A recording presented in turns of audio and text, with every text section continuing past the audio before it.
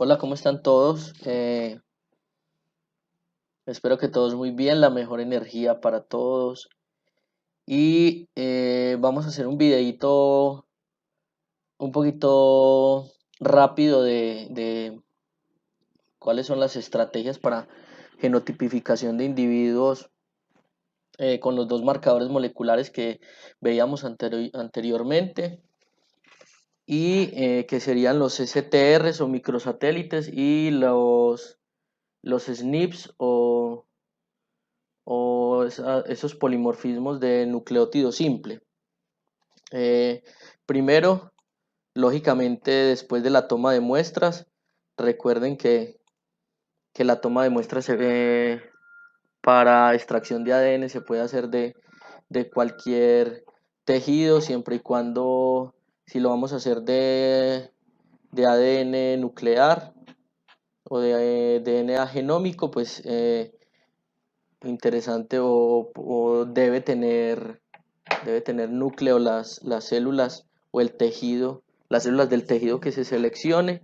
En este caso vamos a ver unas foticos de un ejemplo que se hizo con extracción de sangre, con extracción a partir de sangre de glóbulos blancos. Ya vimos un poquito cómo era la extracción del ADN o por lo menos qué tiene que pasar en la muestra para que ese ADN se pueda extraer de forma exitosa. Entonces, lo primero pues es la toma de la muestra y la extracción del ADN a partir de esa muestra.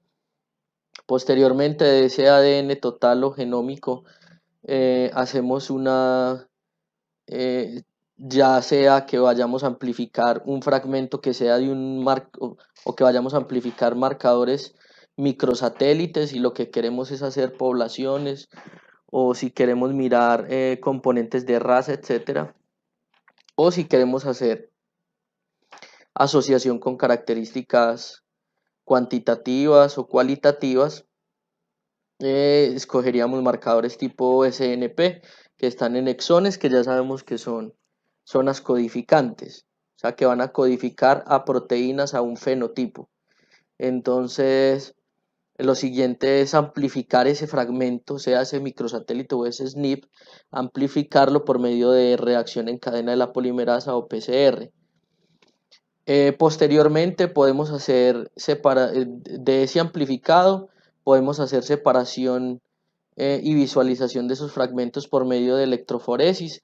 También hacíamos referencia a la electroforesis como ese proceso en el cual yo puedo separar los fragmentos por peso molecular, ya que el ADN pues tiene esos radicales fosfato que le provee esa carga negativa. Entonces lo que hago es que pongo una carga positiva para que atraiga esos fragmentos por un gel poroso, sea de agarosa o de acrilamida. En este caso les voy a mostrar los dos tipos de gel y poder mirar la diferencia que existe en pares de bases de esos fragmentos. Y posteriormente pues hacer la lectura de los genotipos y analizar los datos como tal. Posterior a esta presentación pequeña, les voy a mostrar dos artículos, eh, uno en ganado criollo y otro que fue hecho en caprinos, para que miren más o menos las aplicaciones que tienen los dos tipos de marcadores. Esto es una muestra de sangre. Lo que les voy a mostrar a continuación pues es un proceso hay varios métodos para extracción de sangre.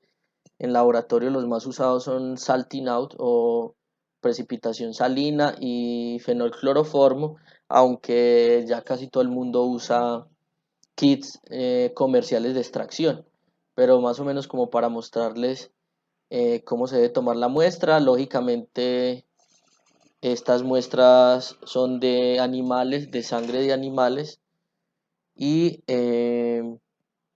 son tubos Vacutainer con anticoagulante. Deben ser con anticoagulante, o sea, la sangre a la hora de extraer el ADN no debe estar coagulada. Aquí más o menos muestra el proceso de la lisis 1, ustedes más o menos ya conocen todo el proceso, y posteriormente cuando ya tengo el ADN, pues la idea es amplificar ese fragmento que tengo con un protocolo específico que tenga de PCR. Ahorita vamos a ver dos ejemplos de esos protocolos. Y puedo hacer PCR convencional, puedo hacer PCR RFLP, que es con enzimas de restricción para esos SNPs, o si tengo el acceso a un termociclador en tiempo real, puedo hacer PCR en tiempo real. Y posterior a esa PCR debo hacer la electroforesis. Acá lo que está dentro de esta cámara de electroforesis es un gel. Esto que ven como de color morado, es el amplificado sembrado acá con un compuesto que tiñe el ADN, y posteriormente pues lo pongo a migrar por el gel, poniéndole pues esa carga positiva que atrae ese fragmento de ADN. Y los resultados se ven más o menos de esta forma. Entonces el amplificado va migrando, y al final yo lo puedo ver en luz ultravioleta. En este caso esto es un gel de agarosa, lo puedo ver en luz ultravioleta, y veo el patrón de bandeo. O sea, veo si tiene solamente una banda, si tiene dos bandas, cómo es ese patrón, para finalmente adjudicar los genotipos a los individuos. En este caso, tengo un ejemplo de un gel, de la foto de un gel, para un SNP que codifica para la proteína leptina, que es una proteína importante en la calidad de carne en el ganado. Y acá en la línea 1, en esta columna 1, perdón, tengo el marcador de peso molecular. Esto es una escalera ya específica donde conozco todos estos pesos, y en cada una de estas siguientes columnas tengo animales o individuos que fueron genotipados para este SNP del gen leptina. Entonces tengo este primer ejemplo.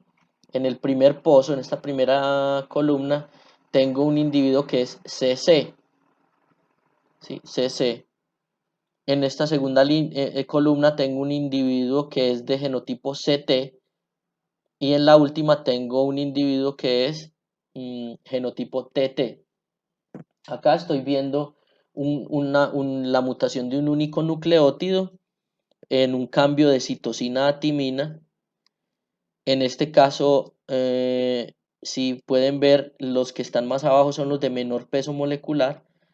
O sea que este genotipo TT es el de mayor peso molecular. Ahí están los dos alelos. Son los de mayor peso, o sea que es donde la enzima de restricción no cortó, entonces los dejó completos, los dejó más pesados. En esta cortó los dos alelos, o las dos cadenas homólogas, las cortó, entonces las dejó mucho más abajo en el gel. Y este tiene pues los dos alelos, este de abajo donde la enzima cortó, y este de arriba donde la enzima no cortó. Este es un patrón, así se genotipan por medio de electroforesis los individuos de una población para un SNP específicamente. Y este ya es un gel diferente. Este es un gel de poliacrilamida, es un gel mucho más grande y de mucha más área, y mucho más delgado. Y normalmente acá se corren o se hace electroforesis para marcadores tipo microsatélites.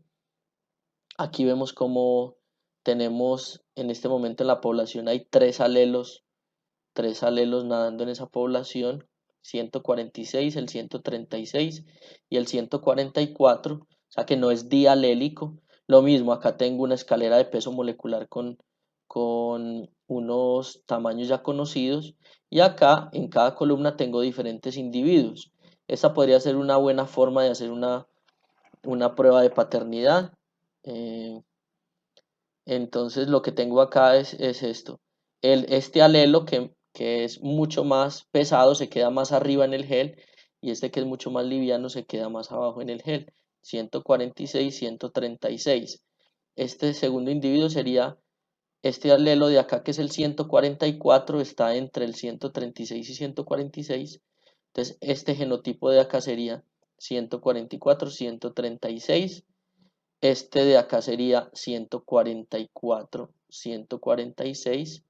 Este de acá sería 144, 136 y así sucesivamente. De esta forma podría asignar alelos dependiendo si conozco la genealogía. Este es un ejemplo.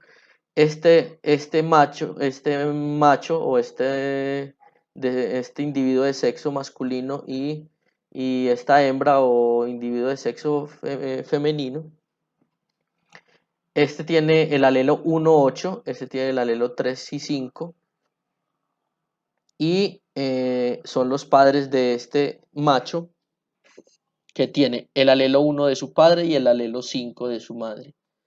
Lo mismo por este lado, tendríamos este macho tiene 2 y 6 y esta hembra tiene 4 y 7. Y este macho le da este alelo a su hija, el alelo 2, y esta hembra le da el alelo 7 a su hija. Y es importante que hagamos el ejercicio para mirar si todas estas combinaciones pueden ser hijos de estos dos individuos.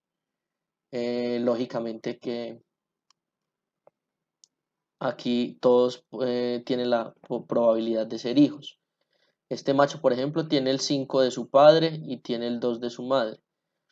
Esta hembra tiene el 2 de su madre y el 5 de su padre. Esta hembra tiene el 1 de su madre y el 2 de su padre. El 1 de su padre y el 2 de su madre. Este macho tiene el alelo 5 de su padre y el 7 de su madre. Y lo mismo estos tres. Miremos estas dos hembras. Tiene el 1 de su padre, el 7 de su madre. Y este tiene el 5 de su padre y el alelo 7 de su madre. Así más o menos se podrían asignar paternidades o se podrían descartar posibles padres o madres. Esto podría ser un ejercicio en un gel en una electroforesis, o podría ser un ejercicio de lectura en una violación para esta es la mujer violada y acá hay un pequeño error. Este es implicado 4. Este es el semen que encuentran en la mujer violada o en una de las pruebas. Extraen ese ADN de ese semen y después extraen el ADN para comparar o para que coincida, a ver cuál coincide con el de la mujer violada, el de la muestra o el de la prueba. Cada uno de estos implicados también se les extrae una muestra de ADN. Acá el implicado número 3, este sería el posible violador. Bueno, este fue como un pequeño ejemplito de, de cómo podemos genotipar o caracterizar individuos, sea plantas o animales, para estos dos marcadores que han sido bien importantes en toda la parte de ciencias agropecuarias. Acá tenemos un artículo del 2009 hecho en razas criollas Boni Romo Sinuano, en razas vacunas. Nos vamos a centrar más específicamente en los materiales y métodos para explicar un poquito de cómo fue toda la parte de la extracción. Acá tenemos que se muestrearon 61 animales de la raza blanco orejinegro y 60 animales de la raza Romo Sinuano. Aquí de cada individuo se colectó 4 ml de sangre en tubos Vacutainer con EDTA, que es un anticoagulante, y mediante punción de la vena coxígena. Bueno, aquí nos describe eh, cómo fue la obtención de la muestra y nos dice que el proceso de extracción de ADN fue por el método de Sorting Out, descrito por Miller en el 88, que es un método por precipitación salina. Acá nos muestran, se analizaron estos Estos son los nombres o los códigos de los marcadores microsatélites que se usaron. Estos marcadores son recomendados por la ISAC, que es la Sociedad Internacional de Genética Animal, para estudios poblacionales en vacunos, en bovinos, ovinos y caprinos. Mediante la técnica de PCR de Mullis, se amplificó pues estos marcadores microsatélites. Me parece interesante que veamos esta parte, porque este es el protocolo de la reacción de la PCR, lo que veíamos anteriormente, que necesitamos para poder llevar a cabo una PCR. Entonces, esta PCR se llevó a cabo en un volumen total de 16 microlitros. El buffer de reacción 1X 1.8 micromolar de cloruro de magnesio, 0.2 micromolar de DNTP, 0.2 micromolar de cada cebador, o sea, de cada primer, y una unidad internacional de TAC polimerasa.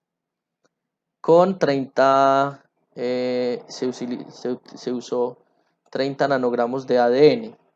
La amplificación se realizó en un termociclador de esta marca específica comercial, y estos son los primers usados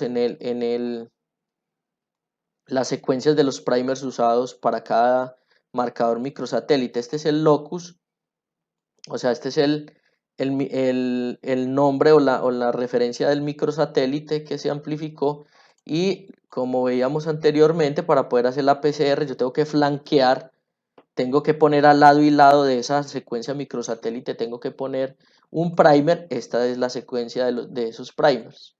¿Sí? Acá aparece esta secuencia de esos primers. Los 10 microsatélites se trabajaron en sistemas múltiplex, o sea que se hicieron PCRs múltiplex, y acá nos describe más o menos las condiciones de amplificación, o sea, las condiciones de los ciclos térmicos. En un primer paso de 5 minutos a 95 grados, que es la desnaturalización inicial, y posteriormente 30 ciclos térmicos de amplificación de esta forma, cada ciclo de esta forma, 30 segundos de desnaturalización del ADN a 94 grados, 45 segundos de hibridación a 56 y 45 segundos a 56 grados es la temperatura de hibridación de los primers, 45 segundos de extensión a 72 grados, que es la temperatura de polimerización del fragmento como tal. Y posteriormente nos explican cómo estos microsatélites fueron amplificados. Se corrieron mediante electroforesis en geles de poliacrilamida al 6%, y se visualizaron por medio de tinción con nitrato de plata al 1%.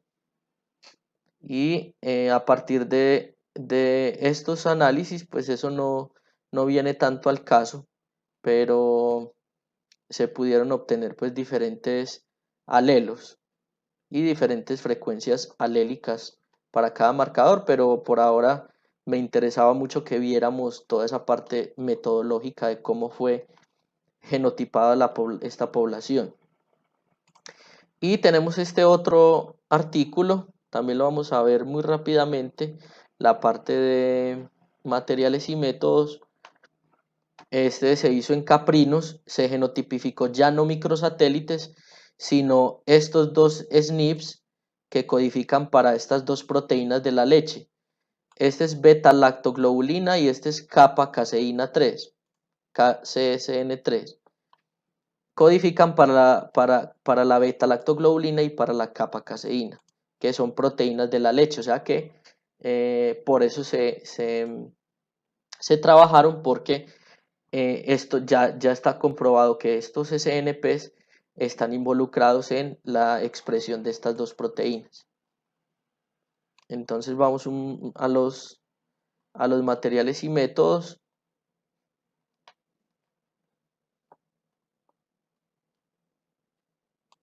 Acá se tuvo en cuenta un paso más y es que se, se hizo una dilución del DNA, se hizo primero cuantificación del DNA en un nanodrop y después con respecto a la concentración que tuviese cada muestra de DNA, se llevó a un volumen, a una concentración final, perdón, de 50 nanogramos por microlitro de ADN, pues para no tener problemas en la PCR. Acá vamos a ver cómo se realizó PCR-RFLP, o sea que es un tipo de PCR que es con enzimas de restricción.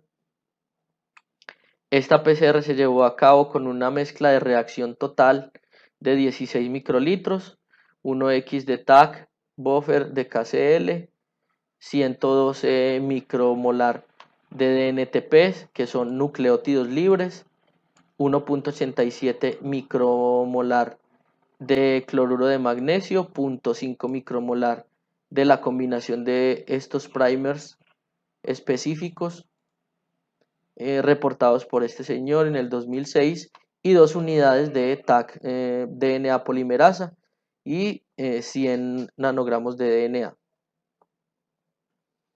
El protocolo de amplificación utilizado inició con un ciclo de 95 grados por 5 minutos, una segunda fase comprendida por 35 ciclos de los pasos de desnaturalización a 95 grados durante 30 segundos, alineamiento 65 grados fue la temperatura de alineamiento por un minuto y la temperatura de extensión 72 grados por 90 segundos y una extensión final de 15 minutos a 72 grados.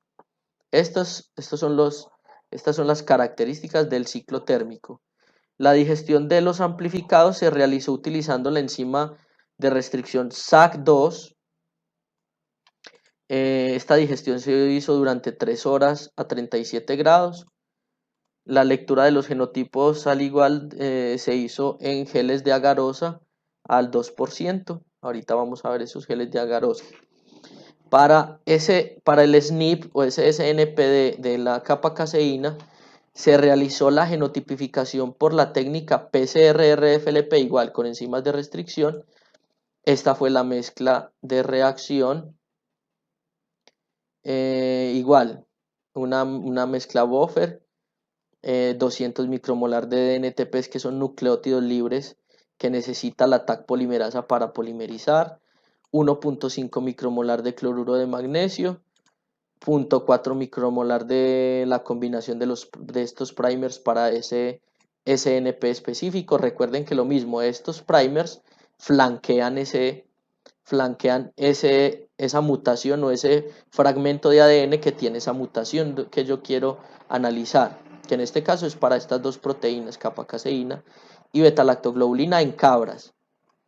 1.85 unidades de TAC DNA polimerasa y 125 nanogramos de DNA. El protocolo de amplificación igual, 32 ciclos térmicos, 95 grados la temperatura inicial, por 30 segundos, temperatura de alineamiento. Si ven la temperatura de alineamiento de los dos es diferente, la de la beta-lactoglobulina fue alineamiento 65 grados, a esa temperatura se alinean estos primers de ese SNP, mientras que los de capa caseína se alinearon a 56.9 grados por un minuto. Temperatura de extensión o polimerización 72 grados por 90 segundos y una extensión final para poder tener todas esas réplicas, millones de réplicas de estos dos fragmentos.